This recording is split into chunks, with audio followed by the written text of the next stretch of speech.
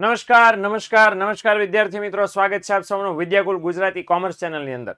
વિદ્યાર્થી મિત્રો, એસપીસીસી વિષયમાં સેક્શન ડી એટલે કે 3 માર્ક્સ વાળા વિભાગના સેક્શનની અંદર કયા કયા સવાલો મોસ્ટ ટાઈમ છે અને કયા કયા ચેપ્ટરમાંથી પૂછાવાના છે એની જાણકારી હું તમને આજના નાના એવા સેશનમાં આપવા માટે જઈ રહ્યો છું.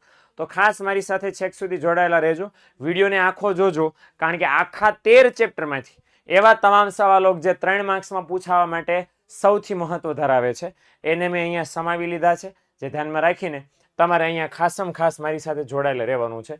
બહુ ઓછી મિનિટો લાગશે કે જેમાં હું તમારી સાથે આ સવાલો શેર કરવા જઈ રહ્યો છું.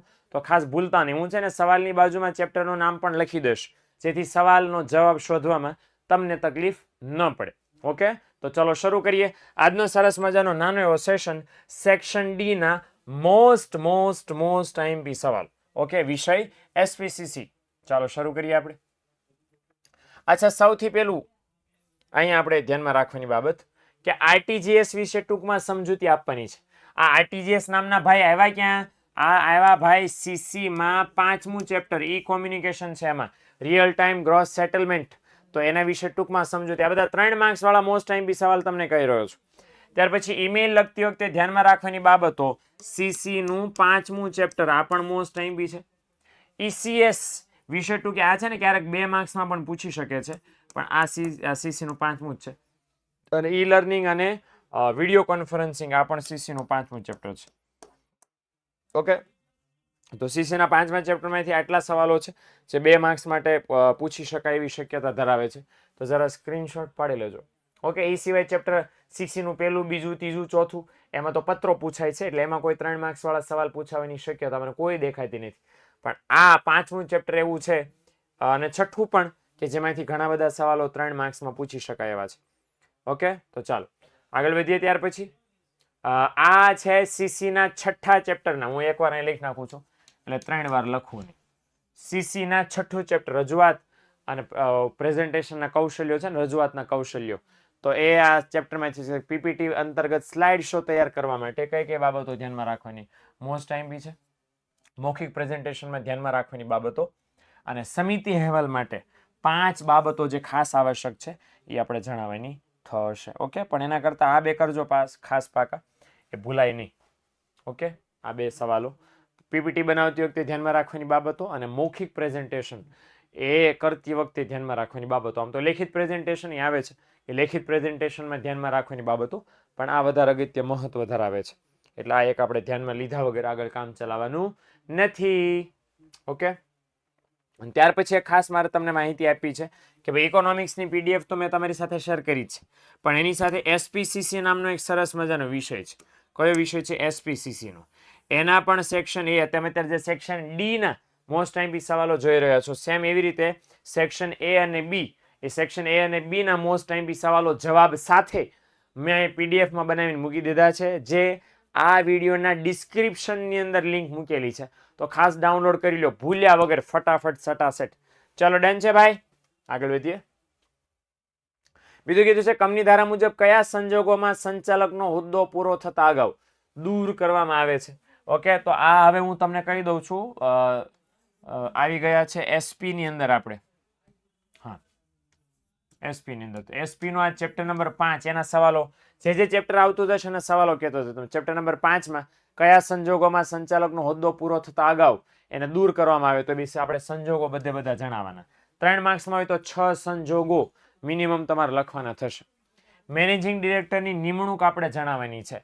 તો મેનેજિંગ ડિરેક્ટર નિમણૂક કઈ રીતે થાય? ચોપડીમાં પોઈન્ટ આપ્યા જ છે, એ આપણે લખવાનું થશે. પછી છે સંચાલકને હોદ્દાની મુદત પૂરી થતા પહેલા કેવી રીતે દૂર કરી શકાય અને સંચાલકની નિવૃત્તિ કયા સંજોગોમાં થાય છે. તો પાકું કરી લેજો ભૂલ્યા વગર. ચલો સ્ક્રીનશોટ પાડી લેજો. અને આ બધાની સાથે સાથે મારે કેવું છે તમને, માફ કરજો, આ ચેપ્ટરમાંથી 5મા ચેપ્ટરમાંથી મેનેજિંગ ડિરેક્ટર નામના એક ભાઈ છે, જેને મેં ગઈકાલના વિડીયો લેક્ચરની અંદર સમજાવ્યા છે.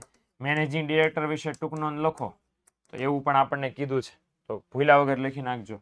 ઓકે, આમાં એક મેં નથી કીધું એ તમને વણ લખ્યું કહી દઉં કે મોસ્ટ ટાઈમ પી તફાવતો બધા ચેપ્ટરમાં એક છે જ. એ બધા તફાવતો તમારે પાકા કરી નાખવાના છે. ઓકે, ગઈકાલે વારંવાર કીધું છે ને આજે વળી પાછું કહી દઉં કે એસપીસીસી માં એસપી વાળા ભાગમાં બધા ચેપ્ટરમાં એક 7માં વિસર્જનને બાદ કરતા બધા ચેપ્ટરમાં તફાવતો છે, ઝીકી નાખજો, બાકી નહીં રાખતા. બધા તફાવતો મિનિમમ 2 કે મેક્સિમમ 3 તફાવતો એસપી ના પેપરમાં હશે, લખી લ્યો. ઓકે, ભૂલતા નહીં. હાલો, એસપી નું ચેપ્ટર નંબર 6 કંપનીની સભાઓ. તો એમાં છે કાર્યસૂચિનું મહત્વ કે અગત્યતા જણાવવાની છે, ટૂંક નોંધ લખવાની છે, મતદાન, સભા નોંધ વિશે, કંપનીની લાયકાત. આ બધા મુદ્દા મેં ગઈકાલે સમજાવ્યા છે. સભા નોટિસ લખતી વખતે સેક્રેટરીની ફરજો, બધું જ ગઈકાલના વન શોટ લેક્ચરની અંદર સમજાવ્યા છે. ઓકે, ડન છે. ઓકે, હાલો, ત્યાર પછી વાત કરીએ એસપી નું ચેપ્ટર નંબર 7 તો કંપનીનું સર્જન અને કંપનીનું વિસર્જન એનો ખ્યાલ જણાવવાનો છે. સ્વૈચ્છિક ફડચાના સંજોગો જણાવવાના છે. ટ્રિબ્યુનલ મારફતે ફરજિયાત વિસર્જનના સંજોગો. આ 3 માર્ક્સમાં 3 સવાલો મોસ્ટ ટાઈમ બી છે. અને એની સાથે સાથે કહી દો, જો એસપી નું જે પહેલું ચેપ્ટર છે ને, શેર બહાર પાડવા, એની અંદર છે એ ઓલી આસબા પદ્ધતિ ભૂલતા નહીં. બરાબર, આસબા પદ્ધતિ ભૂલાય નહીં. એનો ડિવિડન્ડ વાળો ટોપિક અને ત્યાગપત્ર. કયો પત્ર? ત્યાગપત્ર. આ 3 માર્ક્સ માટે એસપી ના પહેલા ચેપ્ટરમાં.